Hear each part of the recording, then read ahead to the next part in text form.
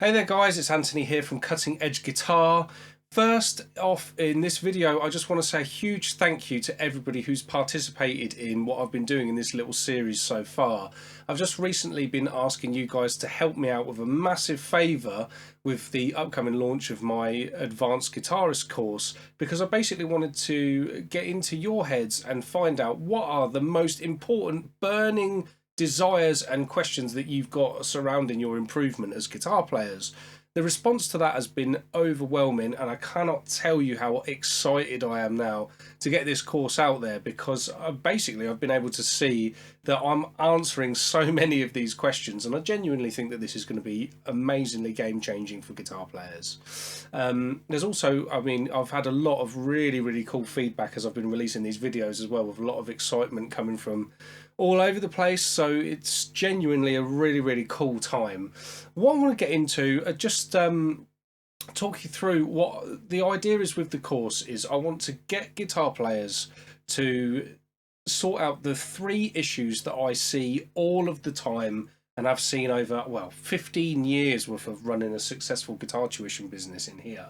I've basically taught guitar players that have the same problems again and again and again, which is always they seem to have problems with their fretboard knowledge, problems with their technique, which then stops them from implementing those two things into making great music, or the music that they want to make.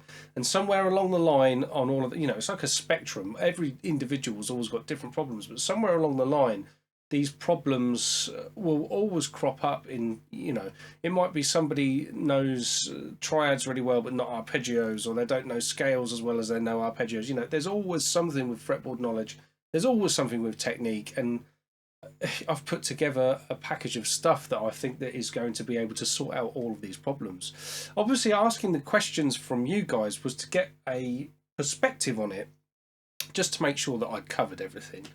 And I suppose one of the people who springs to mind with all of this stuff would be someone like my student Tim, who I've been teaching for a number of years now.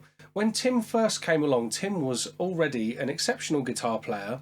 He was a very well schooled guitar player in terms of like performing. He'd been in bands all of his life, was well respected in a particular scene here in the UK, several albums worth of material, loads of tours under his belt, all that sort of thing. Ran his own studio for a period. Not only was he a well-respected musician, but he'd also been and had some tuition from like the creme de la creme. So he'd been to a Vi Academy, them sorts of things. When he first got in touch with me, I have to say I was a bit intimidated, because I was thinking, this sounds, this guy sounds like he knows the deal. And if he's been been to something like Vi Academy, like Vi is about as big a name as you can get in this field, so how am I going to be able to help? And then what actually happened when he first came along for these lessons was I started asking him the questions that are in the iPad that I was talking about in my last video. So I just have a general list of questions that I ask a new student, and it'll be, do you know the notes on the fretboard? Do you know your intervals? Do you know your triads? Do you know your scales? Do you know arpeggios? Can you find them for me under pressure? If I ask, play me this, can you do it? I don't know, say like C Mixolydian position 4. Can you play it for me? Them sorts of things. And like most people that I've ever met under pressure asking those questions, he wasn't able to do it. And in those questions, that's where we start to find, well, there are your problems. That's why there's missed notes on stage. That's why there's going to be an issue when you're writing your solos and you don't know where to go next. You're hearing things in your head that you can't find them on the fretboard. Your technique is, you've written these fast passages, but you can't play them as clean as you would like. The list goes on. We all know these problems that we all see on the guitar. So the thing is, I worked with him with a program of solid learning, which is basically the blueprint of what has gone into the advanced guitar course, to absolutely destroy all of those problems. And a couple of years down the line, any of his loyal followers, his friends that hear him play guitar, almost anyone who knows what he does, they can't believe the transformation that he's had from going from being a good and well-respected guitar player to being a really excellent guitar player. So that's been brilliant to be a part of that.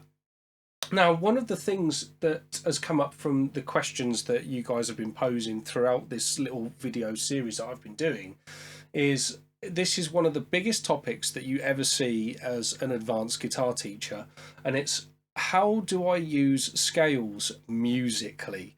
Now, that is a very, very big subject, and there's a lot of material that I've put together in the course there that will iron this out. But what I want to do for you guys here is I want to give you an insight into the method that I use that will absolutely change your world when it comes to playing scales or using scales.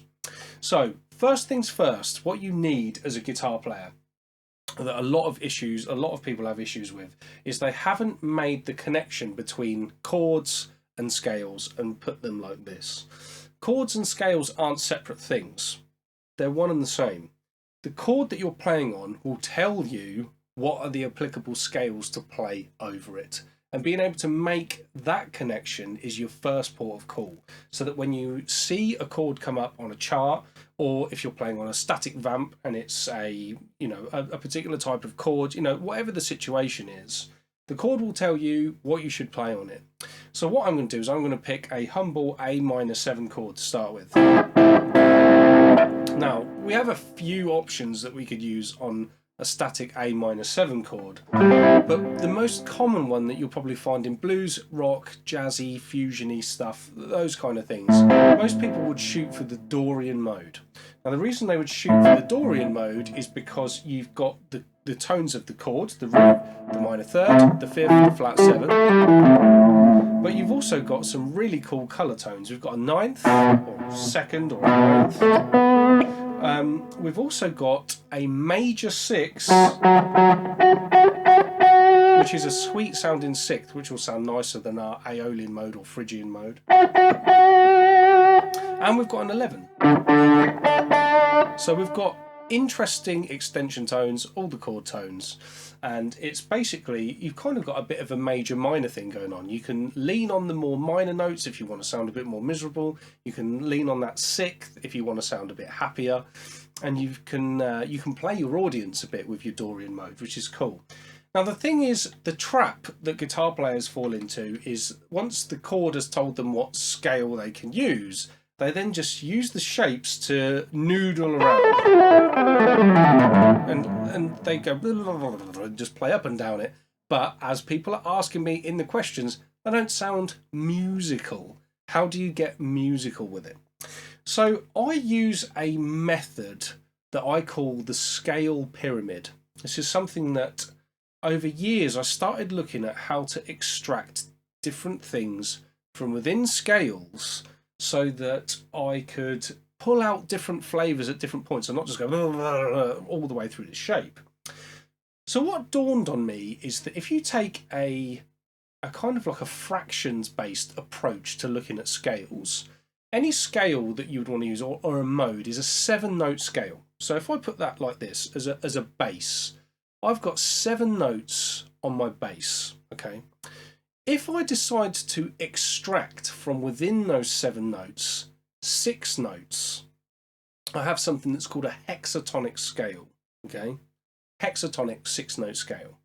If I decide to extract from within those 7 notes a 5-note scale, we get to pentatonic scales. Now, a pentatonic scale, by its very nature, is not just this. That is minor pentatonic, but it's not the only pentatonic. This is one of the things that guitar players fall into. A pentatonic scale, by its very nature, is a scale that contains 5 notes, okay? So there are lots of different pentatonic scales. For example, if I was to play something like this,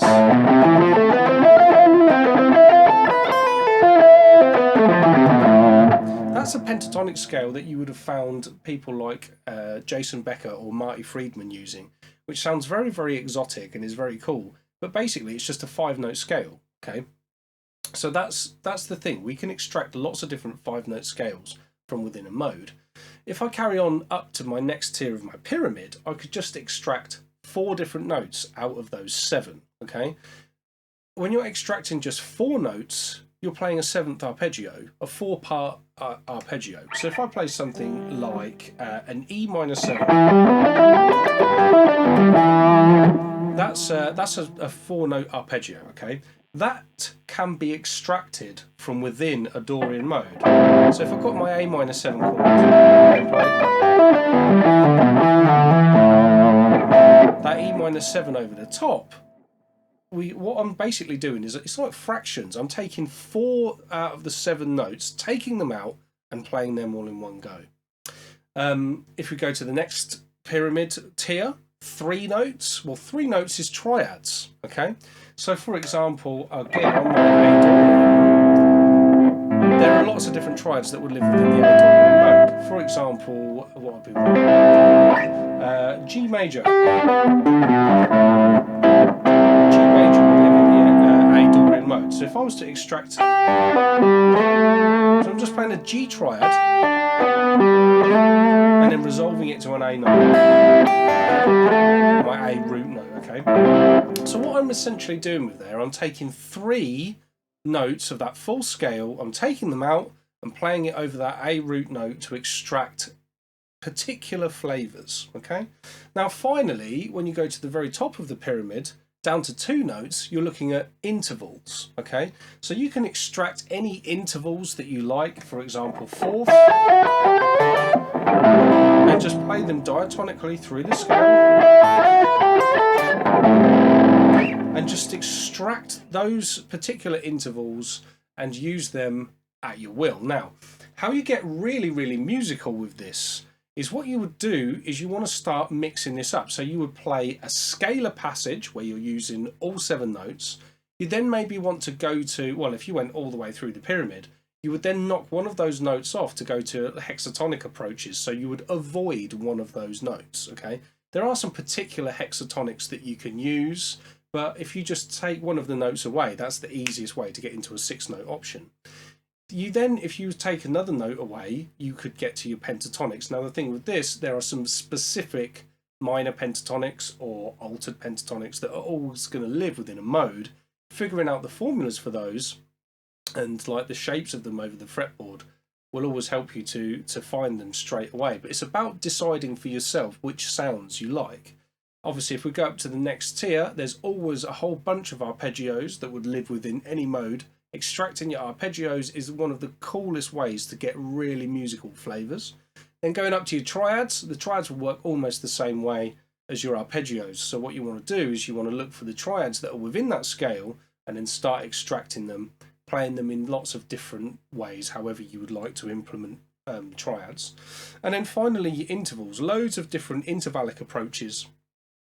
And what you would then do, right, I've talked about going through the pyramid from the base scale all the way through, but if you start jumbling this up, so you go through a scalar passage into a pentatonic thing, followed by some triads, followed by some intervals, back to a scalar thing, then into some arpeggio things. You're jumbling up all of the options that you'll find within a scale, and you never ever sound like you're just running up and down shapes. Basically what you have is complete freedom on the fretboard to be able to do whatever you want. And I think really that is the end game for any guitar player.